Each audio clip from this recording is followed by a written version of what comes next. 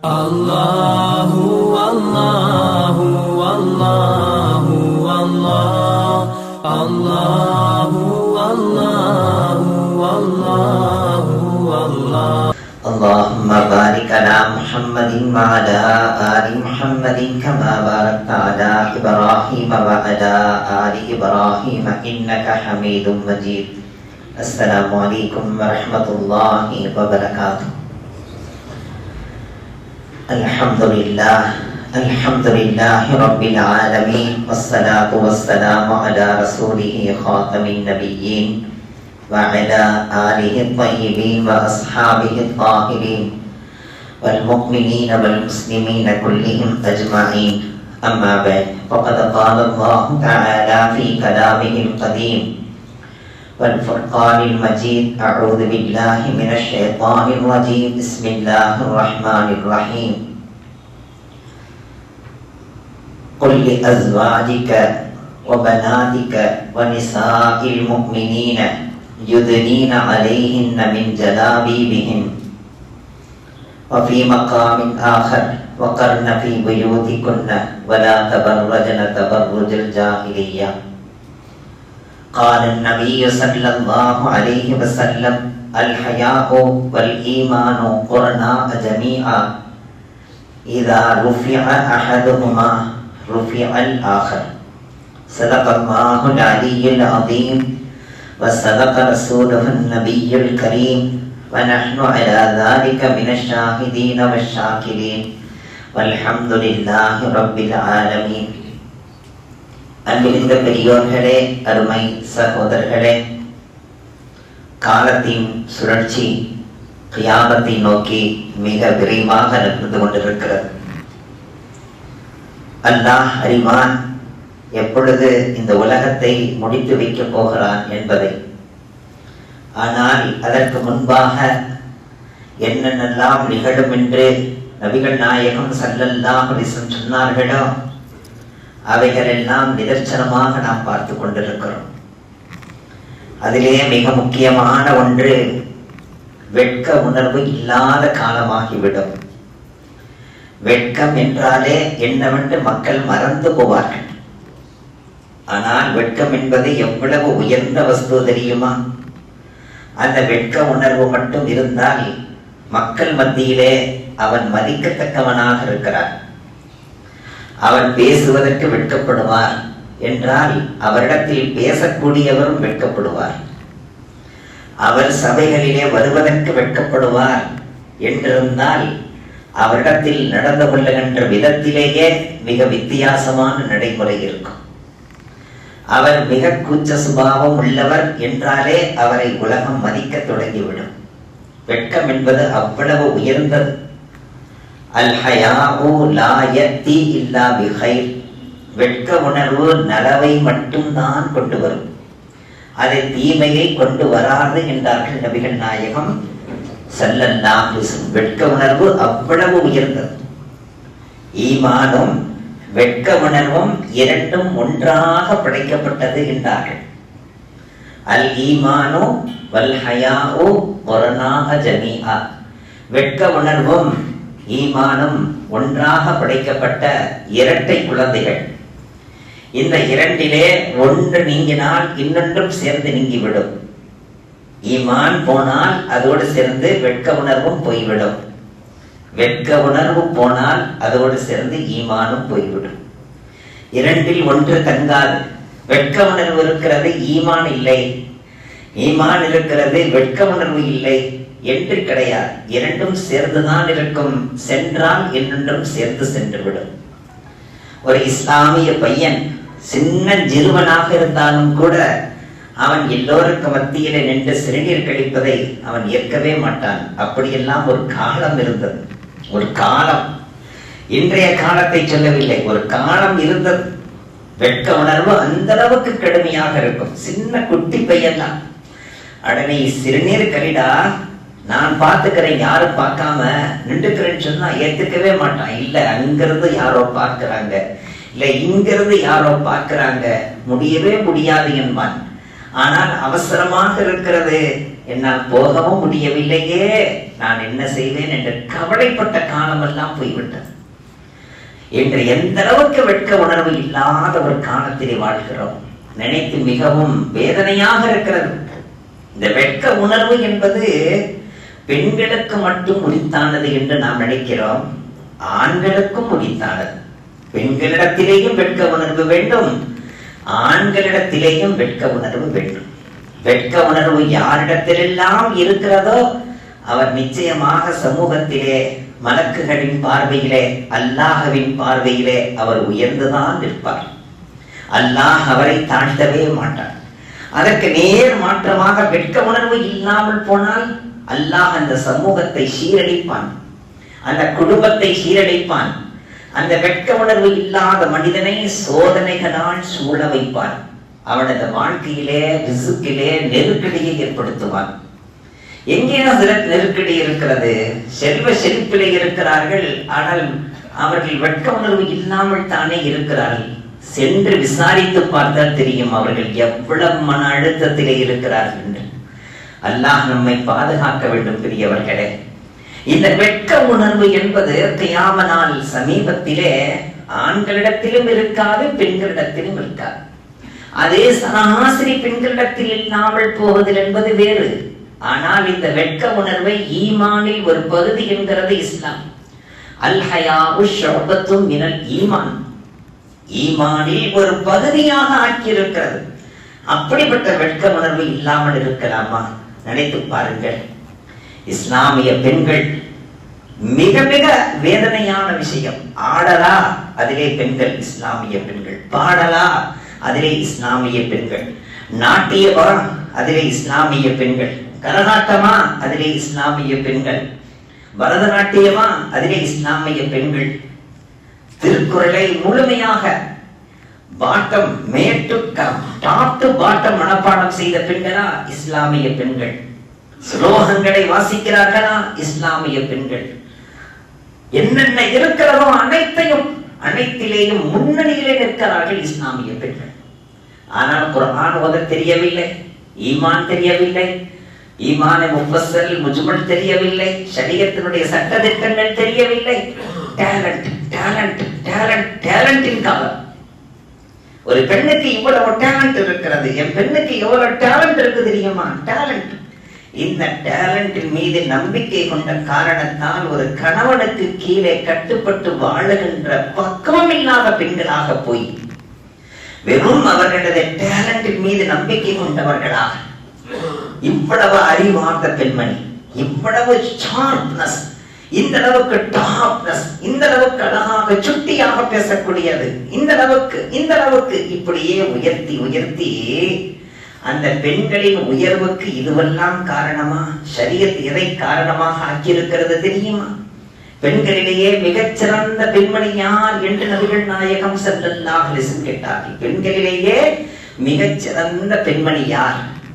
எந்த சஹாபியும் பதில் தர முடியவில்லை. ஹஜ்ரத் அலி ரலியல்லாஹு தஆலா அவர்கள் அந்த சஹாபிகளின் கூட்டத்திலே அமர்ந்திருந்தார்கள். மெதுவாக போனதே தெரியாத வகையிலே சென்று மெதுவாக பின்வழியாக அப்படியே போய் தன்னுடைய மனைவி பாத்திமாவிடத்திலே, நபியவர்கள் இப்படி ஒரு கேள்வி கேட்கிறார்கள், அதற்கு என்ன பதில் என்று தெரியவில்லை, உனக்கு தெரியுமா என்று கேட்டார்கள். லக்தஜிகர் நூரே நஸர் நபிகள் நாயகம் ஸல்லல்லாஹு அலைஹி வஸல்லம் அவர்களின் அருமை மகள் பாத்திமா ரலியல்லாஹு அன்ஹா சொன்னார்கள், பெண்களிலேயே மிகச் சிறந்த பெண்மணி அவள் எந்த ஆணையும் பார்த்திருக்க மாட்டாள், எந்த அந்நிய ஆண்களையும் பார்த்திருக்க மாட்டாள், எந்த அந்நிய ஆண்களின் பார்வையிலேயும் பட்டிருக்க மாட்டாள். இரண்டு சிபத்துகளை சொன்னார். எந்த அந்நிய ஆண்களையும் பார்த்திருக்க மாட்டாள், எந்த அந்நிய ஆண்களின் பார்வையிலேயும் பட்டிருக்க மாட்டாள். அவள் தான் பெண்களிலேயே மிகச்சிறந்த பெண்மணி என்று சொன்ன போது அதை அப்படியே கேட்டுக்கொண்டு வந்து கூட்டத்தோடு கூட்டமாக அமர்ந்து, யா ரசூலல்லாஹ் நான் சொல்லட்டுமா? உடனே சொல்லுங்கள். நபி அவர்களுக்கு முன்னால் சொன்னார், பெண்களிலேயே மிகச்சிறந்த பெண்மணி எந்த அந்நிய ஆண்களையும் பார்த்திருக்க கூடாது, எந்த அந்நிய ஆண்களின் பார்வையிலேயும் பட்டிருக்க கூடாது, அவள் தான் மிகச்சிறந்த பெண்மணி என்று பதில் சொன்ன மாத்திரத்தில் எனது மகள் சுவனத்தின் தலைவி அல்லவா என்றார்கள் நபிகள் நாயகம் ஸல்லல்லாஹு அலைஹி வஸல்லம். அதாவது நீங்கள் என் மகளிடத்தில் கேட்டல்லவா வந்திருக்கிறீர்கள், அந்த சிபத்துக்கு உரிய பெண்மணி என் மகள் அல்லவா என்று நபிகள் நாயகம் ஸல்லல்லாஹு அலைஹி வஸல்லம். ஆனால் இன்று அதே பாத்திமா என்கிற பெயரை வைத்துக் கொண்டு அத்தனை சினிமா பாடல்களையும் பாடுகிறார், அத்தனை குரல்களையும் வாசிக்கிறார், சுலோகங்களை வாசிக்கிறார், சாமி பாட்டுகளை எல்லாம் சுதி மாறாமல் பாடுகிறார், வீணை இசைக்கிறாள், கிதார் இசைக்கிறாள். இசைகள் எல்லாம் அவளுக்கு சாதாரணம். என் பெண்மணி, என் மகள் எப்படிப்பட்டவள் தெரியுமா? ஆணுக்கு ஆணாக வளர்த்திருக்கிறேன், பெண்ணுக்கு பெண்ணாக வளர்த்திருக்கிறேன். அதுல பெருமை வேறு. நபிகள் நாயகம் ஸல்லல்லாஹு அலைஹி வஸல்லம் என்ன சொல்கிறார்கள் தெரியுமா? ஒரு பெண்ணிடத்திலே இதா சல்லத் ஹம்ஸஹா சாமத் ஷஹரஹா ஹஃபிரத் ஃபர்ஜஹா வஇலத் வஅதாஅத் பஇலஹா ஃபல்ததுஹுல் ஜன்னத ஃபீ ஐயி அப்வாபில் ஜன்னதி ஷாத்.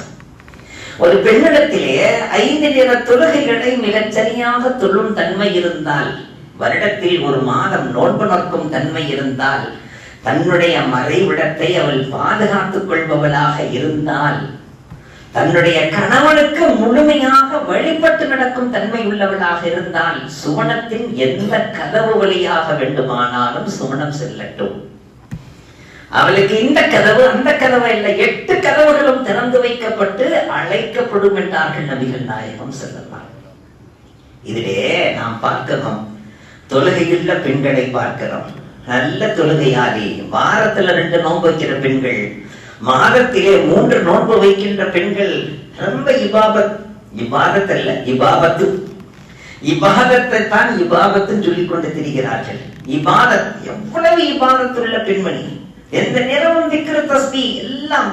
அந்நிய ஆண்களின் முகத்தை பார்த்து பேசுகிறார், அந்நிய ஆண்களின் கண்களை பார்த்து பேசுகிறார். கொஞ்சம் கூட நெருடலே இல்லாமல் அந்நிய ஆண்களிடத்திலே பேசுகிறாள். பிறகு தொழுகை என்ன ஆனது, நோன்பு என்ன ஆனது, திக்ரு ஃபிக்ர் என்ன ஆனது? பெரியவர்களே, நபிகள் நாயகம் ஸல்லல்லாஹு அலைஹி வஸல்லம் சொன்னார்கள், நீ உன்னுடைய கணவனுக்கு மட்டும்தான் நீ அழகாக தெரிய வேண்டும், நீ உன் கணவனுக்கு மட்டும்தான் நீ உடை உடுத்தி காட்ட வேண்டும். விதவிதமான உடைகள் எல்லாமே உனக்கு ஆகமானதுதான், ஆனால் உன் கணவனுக்கு காட்டுவதற்காக இருக்க வேண்டும். அதை மாற்றார்கள் பார்த்து புகழ வேண்டும் என்பதற்காக நீ கட்டுகிறாய். கணவனுக்கு முன்னால் பீத்தையிலும் பீத்தையான ஒரு உடையை உடுத்தி காட்டுகிறாய், அழுக்கிலும் அழுக்கான உடையை உடுத்துகிறாய். அவர் எந்த ஆடையுமே வாங்கி கொடுக்காதது போல கரீபிலும் கரீபாக காட்சி தருகிறாய். அழுக்கான ஆடைகளை உடுத்தி ஒரே ஆடையிலேயே 9 நாட்கள் இருக்கிறாய். உன்னுடைய தலைவிரி கோலமான அந்த நிலையம், தலையை சீவி சிங்காரிக்காத நிலையம் அவனால் தாங்கிக் கொள்ள முடியாதவனாக மாறி அவன் அந்நிய பெண்களை பார்ப்பதற்கு நீ காரணமாகிறாய்.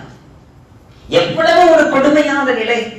நபிகள் நாயகம் ஸல்லல்லாஹு அலைஹி வஸல்லம் சொன்னார்கள், எந்த பெண்மணி தன்னுடைய கணவனுக்கு அலங்கரிக்காமல், தன் கணவனுக்காக அலங்கரிக்காமல், பொது மக்கள் பார்ப்பதற்காக அல்லது பொது நிகழ்ச்சிகளிலே அவர்கள் பார்த்து தன்னை சந்தோஷப்பட வேண்டும் என்பதற்காக, அவர்களை ஆச்சரியத்தில் ஆக்க வேண்டும் என்பதற்காக ஒரு பெண்மணி தன்னுடைய ஆடையை அலங்கரித்துக் கொண்டால் அவள் நல்லவள் அல்ல, அவள் வேசி என்றார்கள் நபிகள் நாயகம் ஸல்லல்லாஹு அலைஹி வஸல்லம். அல்லாஹ் நம்மை பாதுகாக்க. தலையிலே பூச்சூடி, ஹதீஸிலே இப்படியே வருகிறது, தலையிலே பூச்சூடி, உடலிலே நறுமணம் தடவி, காலுக்கு கொலுசு அணிந்து, தன்னுடைய தலைமுடி கொண்டையை ஒட்டகத்தின் திமிலை போன்று ஆக்கிக் கொண்டு பார்க்கக்கூடியவர்களின் பார்வையை தன் பக்கம் இழுக்கும் பெண்ணாக இருந்தால், அவள் தடவுகின்ற நறுமணமாக இருக்கட்டும், வைக்கின்ற கூந்தலிலே வைக்கின்ற பூக்களாக இருக்கட்டும், காலிலே அணிகின்ற சலங்கையாக இருக்கட்டும், இது விபச்சாரத்தின் பக்கம் அழைப்பு என்றார்கள் நபிகள் நாயகம் ஸல்லல்லாஹு அலைஹி வஸல்லம். இப்படிப்பட்ட வெட்க உணர்வு இல்லாத பெண்களோடு வாழ்ந்து அந்த பெண்களின் மூலமாக குழந்தைகள் பிறக்கல்லவா, அந்த குழந்தைகளிடத்திலேயும் இதே நிலை நீடிக்கும். அந்த தாயிடத்தில் என்ன மனநிலை இருக்கிறதோ, அந்த தாயிடத்தில் என்ன மன எண்ணங்கள் இருக்கிறதோ, அது அப்படியே குழந்தைகளிடத்தில் பிரதிபலிக்கும். அந்த தாயிடத்திலே வெட்க உணர்வு இருந்தால் வெட்க உணர்வு பிரதிபலிக்கும். தக்குவா தஹாரத் இருந்தால் அது அப்படியே குழந்தைகளிடத்தில் பிரதிபலிக்கும். அதே போன்றுதான் ஹலாலாக்கப்பட்ட மனைவி தான், நமக்குள்ளவள் தான். அவளை நாம் வண்டியிலே அழைத்து செல்கிற நேரத்திலே பார்ப்பவர்கள் பார்த்து அவர்கள் என்னடா இது என்று முகம் சுளிக்கும் வகையிலே நீங்கள் அழைத்து செல்லாதீர்கள் என்றார்கள். உங்கள் மனைவியாகவே இருந்தாலும் பிறர் பார்க்கின்ற இடத்திலே பிறர் முகம் சுளிக்கும் வகையிலே பேசாதீர்கள் என்றார்கள். பிறர் பார்க்கின்ற இடத்திலே கொஞ்சிக் கொள்ளாதீர்கள் என்றார்கள். அதற்காக வேண்டி ரொம்ப தூரமாக வச்சு எதிரி மாதிரியும் நடத்தக்கூடாது. ஏனென்றால் அப்படியும் சிலர் இவன் ஏன் இப்படி நடக்கின்றான், யார் அவள், இவன் யார், யாரோ மாறி இருக்கிறாங்க. இல்ல, அவருடைய மனைவி தான், ஆனா அவருடைய கேரக்டர் அப்படிதான் பேசுவாரு. இல்ல, பிறர் பார்ப்பதற்கு எரிச்சல் ஏற்படுகின்ற வகையிலும் நடக்காதீர்கள். பிறர் பார்க்கின்ற போது முகம் சுளிக்கும் வகையிலும் நடக்காதீர்கள். கணவன் பக்கத்தில் இருக்க கடைக்காரனிடத்தில் நீங்கள் பேசாதீர்கள் என்றார்கள் நபிகள் நாயகம் ஸல்லல்லாஹு அலைஹி வஸல்லம். கணவன் பக்கத்தில் இருக்க கணவன் தான் பேசுவதற்கு தகுதியானவன். ரேட்டு பேசுவதற்கு கணவர் தான் தகுதியான. ஒரே அடக்கிறார். சும்மா இருக்கணுமாக்க, உங்களுக்கு ஒரு இடம் தெரியாது, பேசாம இருங்க, நான் பாத்துக்கிறேன். ரேட்டு பேசுறதுக்கு எனக்குத்தான் தெரியும், உங்களுக்கு தெரியாது. எதை எப்படி அணுகணும் எனக்குத்தான் தெரியும், உங்களுக்கு தெரியாது என்று சொல்லியே கணவனை அடக்கி வைத்து அவளே பேசுகிறாள். அந்நிய ஆண்களிடத்திலே சிரிக்கிறாள். அவர்களிடத்தில் கெஞ்சி ரேட்டை குறைக்க சொல்கிறாள். உங்களுக்காகத்தான் குறைக்கிறேன், உங்க முகத்துக்காக குறைக்கிறேன் சொல்றான். அவனும் இஸ்லாமியனாக இருக்கிறான். அவனுக்கும் கொஞ்சம் கூட ஷரியத்தினுடைய சட்ட திட்டங்கள் தெரியவில்லை. நீ நல்லவனாக இருந்தால் உன் மனைவி நல்லவளாக இருப்பாள். நீ சிறந்தவனாக இருந்தால் உன் மனைவி சிறந்தவளாக இருப்பாள். பெண்களை பார்த்து அல்லாஹ் ரசூலும் சொல்கிறார்கள், ஓ பெண்களே, நீங்கள் பக்குவமாக இருப்பீர்களேயானால், பயபக்தியாக இருப்பீர்களேயானால் நீங்கள் சந்தேகப்படவே தேவையில்லை, உங்கள் கணவரும் அப்படித்தான் இருப்பார். உங்களது உள்ளங்கள் கெட்டு போகுமானால் சந்தேகமே இல்லை, உங்களது கணவன்மார்களின் உள்ளங்களும் கெட்டு போகும். அல் ஹபீசாத்து லில் ஹபீஸீன் வல் ஹபீஸூன லில் ஹபீஸாத் அத்-தய்யிபாத்து லித்-தய்யிபீன் வத்-தய்யிபூன லித்-தய்யிபாத் உலாயிக முபர்ரஊன மிம்மா யகூலூன். நபியே நாயகமே, ஆயிஷாவை பற்றி தவறாக யூதர்கள் பேசுகிறார்கள். எந்த கலங்கமும் ஏற்படாத பெண்மணி ஆயிஷா. நீங்கள் கவலைப்பட தேவையில்லை யா ரசூலல்லாஹ். நீங்கள் ஹாத்தமுன் நபியாக இருக்க, நீங்கள் சய்யிதே தோஜஹானாக இருக்க, சர்வரே காயினாத்தாக இருக்க, உங்களுடைய மனைவி தவறிலே விழுந்திருப்பாதா? நீங்கள் சுத்தம் என்றால் அதே சுத்தத்தை அந்த பெண்ணுக்கும் நாம் வழங்குவோம் யா ரசூலல்லாஹ். எனவே உங்களது மனைவி ஆயிஷா எந்த குற்றமும் செய்யாதவள், பரிசுத்தமான பெண்மணி என்று அல்லாஹ் ஆயத்தை இறக்கி நினைத்து பார்க்கிறோம். அயல் நாட்டிலே பார்க்கிறேன், தராவீஹ் தொழுகை முடித்த பிறகு 20 ஆண்டுகளுக்கு முன்னால் கண்டதை சொல்கிறேன். தராவீஹ் முடிந்த பிறகு அந்த கடையில வேலை பார்க்கக்கூடிய பெண்மணிகள், இந்தோனேஷியா பெண்மணிகள் இருக்கிறார்கள், தாய்லாந்து பெண்கள் இருக்கிறார்கள், எல்லாமே இஸ்லாமிய பெண்கள். கடையிலே ஒர்க் பண்ணக்கூடிய வேலையாட்கள் எல்லோருமே சகோதரர்களாக சகோதரிகளாக இருக்கிறார்களாம். எனவே தொழுகை முடிந்த பிறகு ஜாலியாக அமர்ந்து எல்லோரும் கை கொடுக்கிறார்கள். முசாஃபஹா தொழுகையிலே, தொழுகை முடித்த பிறகு ரொம்ப பயபக்தியாக இருக்கிறார்களாம். எனவே எல்லோரும் கை கொடுத்துக் கொள்கிறார்கள், எல்லோரும் கை கொடுத்துக் கொள்கிறார்கள். அதுல எந்த வித்தியாசமும் இல்லாமல் உடனே ரத்தம் எல்லாம் கொதித்தது. ஷரியத்துக்கு மாற்றமாக இப்படி நடக்கிறார்களே. மறுநாள் பயானிலே சொன்னேன், உங்களை நம்பி உங்களது மனைவி மக்கள் அங்கே காத்திருக்கிறார்கள், உங்களது பிள்ளை குட்டிகள் காத்திருக்கிறார்கள். நீங்கள் சம்பாதித்து வந்தால் சங்கையாக வாழலாம் என்று அவர்கள் தியாகத்தோடு அங்கே இருக்கிறார்கள். நீங்கள் அந்நிய பெண்களிடத்தில் கைதருகிறீர்களே, அவர்களிடத்தில் கொஞ்சம் குலாவி பேசுகிறீர்களே, அவர்கள் எல்லாம் ஹலால் என்று நினைத்தீர்களா? இங்கே நீங்கள் பாதை தவறினால், இங்கே உங்களது எண்ணங்கள் தவறினால், இங்கே உங்களது சிந்தனைகள் தவறினால், அங்கே உங்களது மனைவி மக்கள் சிந்தனை தவறிவிடும். எனவே குடும்பத்திலே நிம்மதியும் சந்தோஷமும் வேண்டுமென்றால் அங்கே ஷரியத்தின் மிக முக்கியமான அம்சம் ஹயா பேண வேண்டும். அந்த ஹயாவிலே மிக முக்கியமானது பர்தா பேண வேண்டும், பர்தாவை பேண வேண்டும்.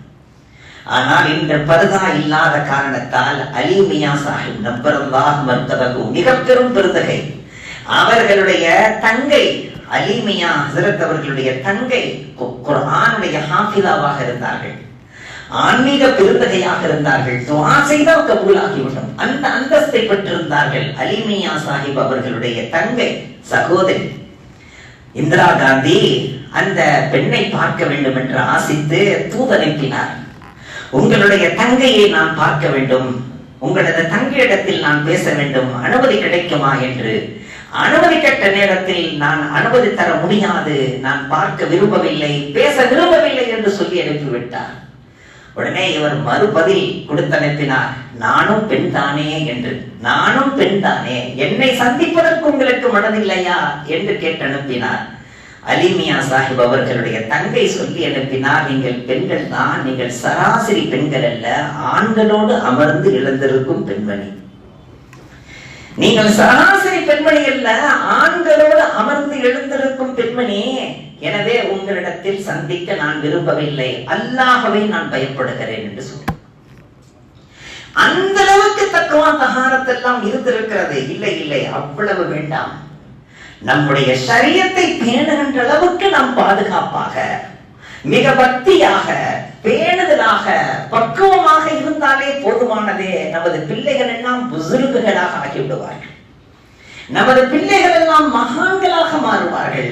பிள்ளைகளை மகான்களாக மாற்ற வேண்டும் என்று கவலைப்பட தேவையில்லை, நாம் மாறினாலே போதும், பிள்ளைகள் தானாக மகான்களாக மாறுவார்கள்.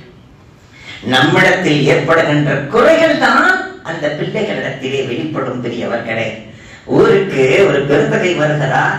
அந்த பெருந்தகை வந்த நேரத்திலே கணவனும் மனைவியும் போய் சந்திக்கிறார்கள்.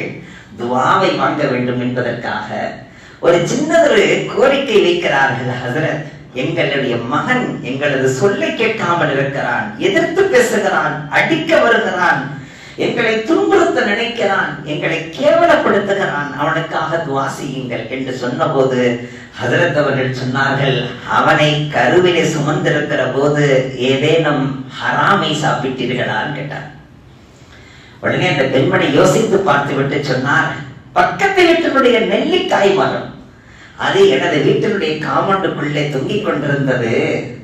கர்ப்பத்திலே அவனை சுமந்து கொண்டிருக்கிற நேரத்தில் புளிப்பாக சாப்பிட வேண்டும் என்று தோன்றிய போது அந்த நெல்லிக்காயை சாப்பிட்டேன். அடுத்த வீட்டின் நெல்லிக்காய், இது என்ன பெரிய குற்றமா என்று நாம் நினைப்பதுண்டு. ஆனால் அந்த அனுமதி இல்லாமல் சாப்பிட்ட அந்த நெல்லிக்காயினுடைய தாக்கம் தான் இது என்றார்கள் அந்த பெருந்தகை. அப்படி என்றால் நம்முடைய உணவு ஹலாலாக இருக்க வேண்டும், உடை ஹலாலாக இருக்க வேண்டும், உறவு ஹலாலாக இருக்க வேண்டும், நடைமுறை ஹலாலாக இருக்க வேண்டும். இவைகள் அனைத்தையும் நாம் பேண வேண்டும் பெரியவர்களே. மிக குறிப்பாக நபிகள் நாயகம் ஸல்லல்லாஹு அலைஹி வஸல்லம் அவர்களுக்கு அல்லாஹ் உத்தரவிடுகின்றான், குல்லி அஸ்வாஜிக வ பனாதிக வ நிசாயிக யுதுனீன அலைஹின்ன மின் ஜலாபீபிஹின்ன. நபிகள் நாயகம் ஸல்லல்லாஹு அலைஹி வஸல்லம் அவர்களை பார்த்து அல்லாஹ் சொல்கிறான், நபியே நாயகமே, நீங்கள் உங்களது மனைவிமார்களுக்கும் சொல்லுங்கள், உங்களுடைய பெண் மக்களுக்கும் சொல்லுங்கள், உலகத்தில் உள்ள முஸ்லிம்களாக இருக்கக்கூடிய அத்தனை பெண்களுக்கும் சொல்லுங்கள், அவர்கள் ஒரு போர்வையை அவர்களது மேலே பொருத்திக் கொண்டு அவர்களது அவயங்களை மறைத்துக் கொள்ளட்டும் என்று நீங்கள் உத்தரவிடுங்கள் யா ரசூலல்லாஹ் என்று அல்லாஹ் சொன்னார். ஆனால் இன்று மேலே போடுகின்ற போர்வை என்பதே இல்லாமல் போய்விட்ட காலத்திலே வாழுகிறோம். எவ்வளவு வேதனையாக இருக்கிறது தெரியுமா? நல்ல அறிவுள்ள, தீட்சண்யம் உள்ள, ஈமான் உள்ள, இஸ்லாம் உள்ள, தக்வா உள்ள மனிதனை கூட நிலைகுலைய வைக்கும் ஒரு காலம் வரும் என்றார்கள் நபிகள் நாயகம் ஸல்லல்லாஹு அலைஹி வஸல்லம். நல்ல ஈமான் கொண்ட, தீட்சண்யம் உள்ள, இபாதத்துள்ள, இறையச்சம் உள்ள மனிதனை கூட கொஞ்சம் ஆட வைத்து விடும், அவனது ஈமானை பறித்து விடும். அப்படி ஒரு காலம் வரும் என்றார்கள். ஈமான் சலாமத்தோடு வீடு போய் சேர்வதும், வீட்டிலிருந்து வெளியேறினால் ஈமான் சலாமத்தோடு திரும்புவதும் கஷ்டமாகிவிட்ட ஒரு காலத்திலே நாம் வாழ்கிறோம். எப்படிப்பட்ட ஒரு காலம்! மேலே ஒரு மாறாப்பை போட்டுக் கொள்ள சொல்லுங்கள் யா ரசூலல்லாஹ் என்று அல்லாஹ் உத்தரவிடுகிறான் என்றால் அந்த மாறாப்பு எவ்வளவு முக்கியமானது, அந்த கோஷா, அந்த பர்தா எவ்வளவு முக்கியமானது நினைத்து பாருங்கள். நபிகள் நாயகம் ஸல்லல்லாஹு அலைஹி வஸல்லம் அவர்களிடத்திலே எந்த பெண்களும் பையச் செய்ய வருகிற போது ஆயிஷா அம்மா சொல்றாங்க, என்னுடைய கணவனார் நபிகள் நாயகம் ஸல்லல்லாஹு அலைஹி வஸல்லம் அவர்களது கண்களிலே மதீனாவில் இருக்கக்கூடிய குமரி பெண்களிடத்தில் கூட இல்லாத வெட்க உணர்வு கண்ணிலே இருந்தது என்கிறார்கள். நபி அவர்களின் கண்களிலே இருக்குமா? அவ்வளவு வெட்க உணர்வு இருக்குமா? என்னுடைய பார்வையிலே நான் முழுக்க முழுக்க சத்தியமாக சொல்கிறேன், எந்த பெண்களிடத்திலேயும் நபி அவர்கள் கையோடு கை சேர்த்து பையச் செய்ததே இல்லை. அவர்கள் இஸ்லாத்தை தழுவ வருகிற நேரத்தில் ஒரு திரை இருக்கும், திரைக்கு பின்னால் அவர்கள் இருப்பார்கள். நபி அவர்கள் கலிமாவை சொல்லித் தருவார்கள். அப்படியே சொல்லித் தருகிற நேரத்தில் ஒரு பெண்மணி தன்னுடைய கையிலே ஒரு காகிதத்தை கொண்டு வந்தார். அந்த காகிதத்திலே பல்வேறு கோரிக்கைகள் இருந்தன. இதற்கென்ன பதில், இதற்கென்ன பதில், நான் எப்படி நடக்க வேண்டும் என்று ஒரு லிஸ்டை எழுதியிருந்தார். அது அந்த திரைக்கு கீழ் இருந்ததை கொடுத்த போது நபி அவர்கள் வாங்க மறுத்து விட்டார்கள். உடனே ஆயிஷா அம்மா உள்ளே இருந்து சொன்னார்கள், யா ரசூலல்லாஹ், ஒரு பெண்மணி தான், அந்த பெண் கொடுக்கின்ற அந்த சீட்டை நீங்கள் வாங்கி அதில் என்ன எழுதியிருக்கிறது என்று பார்த்து பதில் சொல்லுங்கள் யா ரசூலல்லாஹ் என்று ஆயிஷா அம்மா சொன்ன போது, நான் அதை வாங்க மாட்டேன், ஏனென்றால் அந்த கை ஆணுடைய கையா பெண்ணுடைய கையா எனக்கு சந்தேகமா இருக்குன்னு சொன்னார். சொல்லிவிட்டு சொன்னார்கள், அந்த பெண்ணுடைய விரல்களிலே மருதாணி இடச் சொல்லுங்கள், பெண்ணுடைய கை என்று தெரிய வேண்டும், அப்பொழுதுதான் பாதுகாப்பாக இருக்க முடியும். இல்லை என்றால் ஆண்களுடைய கை என்று நம்பி சிலர் பிடித்துக் கொள்ளலாம், வாய்ப்பு இருக்கிறது, குற்றவாளியாக ஆக்காதீர்கள் யாரையும் என்றார். நபிகள் நாயகம் ஸல்லல்லாஹு அலைஹி வஸல்லம் சொன்னார்கள், எந்த பெண்மணி தலையிலே எந்த நேரமும் துப்பட்டாவோடு இருக்கிறாளோ, தலையை மறைத்திருக்கிறாளோ, அவளது வீட்டிலே முடிகள் எல்லாம் வீட்டிலே பரவாமல் இருக்கிறதோ, அந்த வீட்டுக்கு அல்லாஹ் பரக்கத் செய்வானாக.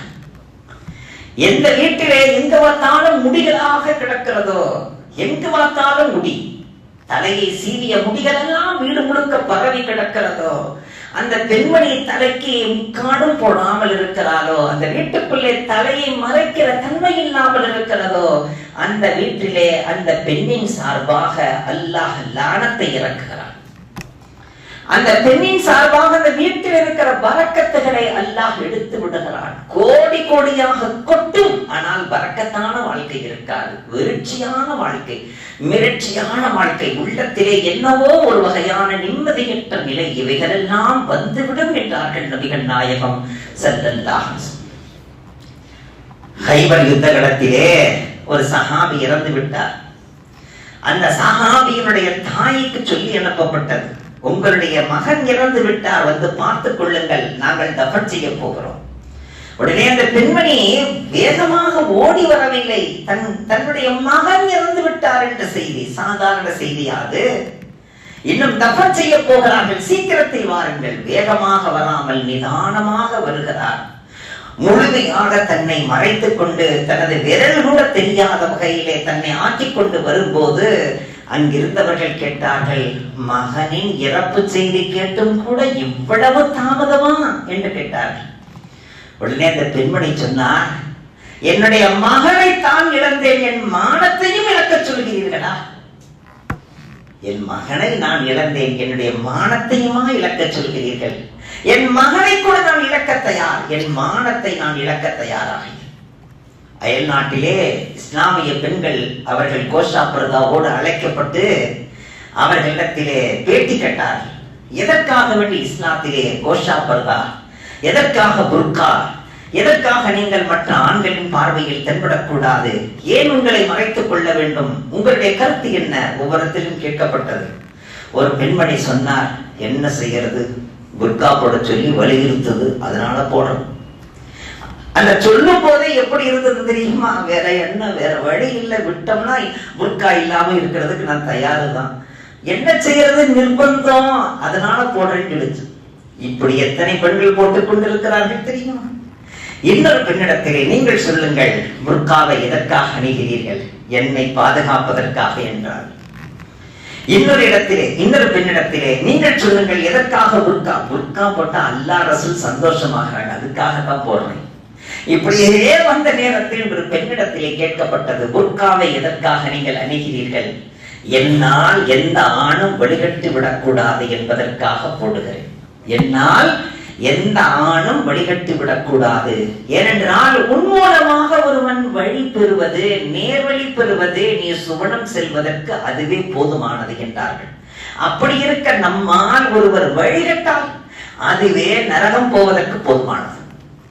எனவே என் மூலமாக வேறு எந்த ஆணும் வழிகட்டு விடக்கூடாது என்பதற்காக வேண்டி நான் புர்கா போடுகிறேன் என்று சொன்ன போது அந்த பெண்ணுக்கு சான்று கொடுத்தார்கள். உண்மையிலேயே சங்கையான பதிலை நீ தந்தாய், மிக உயர்ந்த பதிலை தந்தாய். எந்த பெண்மணி புர்கா இல்லாமல் வெளியே வருகிறாளோ அவளை ஷைத்தான் பின்துயர்கிறான். அவளை ஷைத்தான் பின்துயர்ந்து அவளது எண்ணத்தை சிதறடித்து, அவள் மூலம் பிறருடைய எண்ணத்தை சிதறடித்து உலகமும் உலகத்தில் உள்ள நடவடிக்கைகளும் சிதறி விடுவதற்கு, சின்னாபின்னப்படுவதற்கு காரணமாக ஆக்கி விடுகிறான் என்று சொன்னார்கள் நபிகள் நாயகம் ஸல்லல்லாஹு.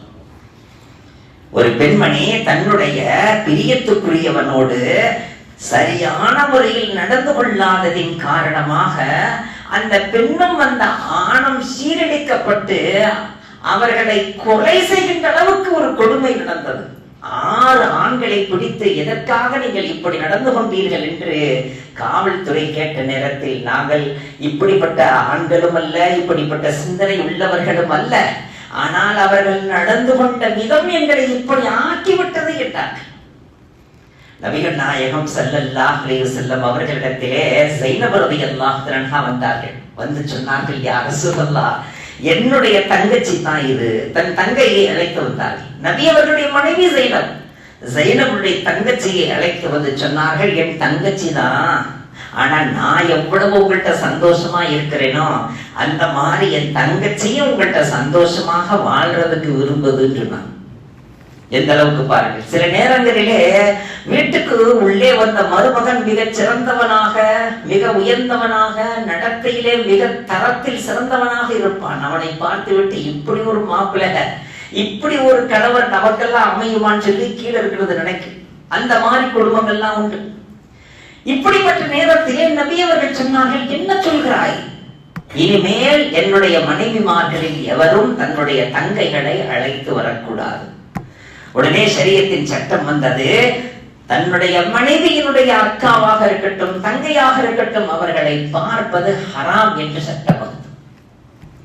நபிகள் நாயகம் ஸல்லல்லாஹு அலைஹி வஸல்லம் சொல்கிறார்கள், எந்த ஒரு பெண்மணி தன்னை பாதுகாத்துக் கொள்கிறாளோ, தன்னுடைய சத்தத்தை பாதுகாத்துக் கொள்கிறாளோ, தன்னுடைய பார்வையை பாதுகாத்துக் கொள்கிறாளோ, தனது எண்ணத்தை பாதுகாத்துக் கொள்கிறாளோ, தன்னுடைய நடை உடை பாவனை அனைத்திலேயும் தக்குவா தஹாரத்தோடு வாழ்கிறாளோ, அந்த பெண்மணி பெற்றெடுக்கின்ற பிள்ளைகள் ஹசன் ஹுசைனை போன்று உயர்ந்தவர்களாக இருப்பார்கள். ரலியல்லாஹு தஆலா சய்யிதா ஷபாபி அஹ்லில் ஜன்னா, இந்த இருவரும் சுவனத்து வாலிபர்களின் தலைவர் என்று நபி அவர்கள் சொன்னார்களே, அந்த உலகம் போட்டு முத்தவர்களான எல்லோர்களை பெற்றெடுப்பார்கள் என்றார்கள் நபிகள் நாயகம் ஸல்லல்லாஹு. அல்லாஹ் நம்முடைய குடும்பங்களிலேயும் இதே போன்ற வெட்க உணர்வுள்ள பிள்ளைகளாக, வெட்க உணர்வுள்ள சந்ததிகளாக, வெட்க உணர்வுள்ள ஆண்களாக, வெட்க உணர்வுள்ள நம்முடைய பிள்ளைகளாக அல்லாஹ் கபூல் செய்த அருள் புரிவானாக. வ ஆகிரு தஅவானா அனில் ஹம்துலில்லாஹி ரப்பில் ஆலமீன். அஸ்ஸலாமு அலைக்கும் வ ரஹ்மத்துல்லாஹி வ பரகாத்துஹு.